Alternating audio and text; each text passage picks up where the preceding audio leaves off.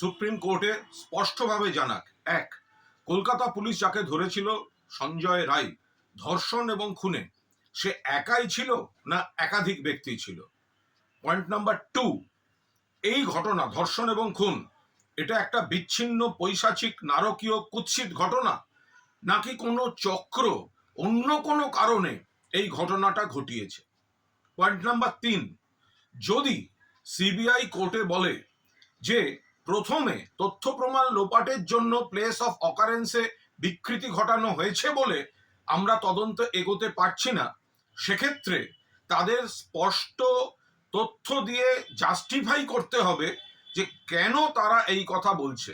এবং চার, যদি তারা এটা জাস্টিফাই করতে পারে যে প্লেস অফ অকারেন্সে প্রাথমিক বিকৃতির জন্য তাদের তদন্ত এগোতে পারছে না, তাহলে সেই প্লেস অফ অকারেন্স কাদের কাদের দায়িত্বে ছিল, তাদের বিরুদ্ধে সিবিআই ব্যবস্থা কেন নেয়নি এবং কি ব্যবস্থা নিতে চলেছে, এটাও খুব স্পষ্টভাবে জানাতে হবে। জাস্টিস ডিলেড মানে জাস্টিস ডিনাইড। করাপশন চার্জে সন্দীপ প্লাস তিনজন অ্যারেস্ট হয়েছে, অভিযোগ থাকলে উচ্ছন্নে যাক, কিন্তু মূল যে ঘটনা এই নির্যাতিতার ধর্ষণ এবং খুন, সেই মামলার দ্রুত ফয়সালা সিবিআই কে করতে হবে এবং আগামীকাল কোর্টে মূলত এই চারটে পয়েন্ট নিশ্চিতভাবে তাদের ক্লিয়ার করতে হবে।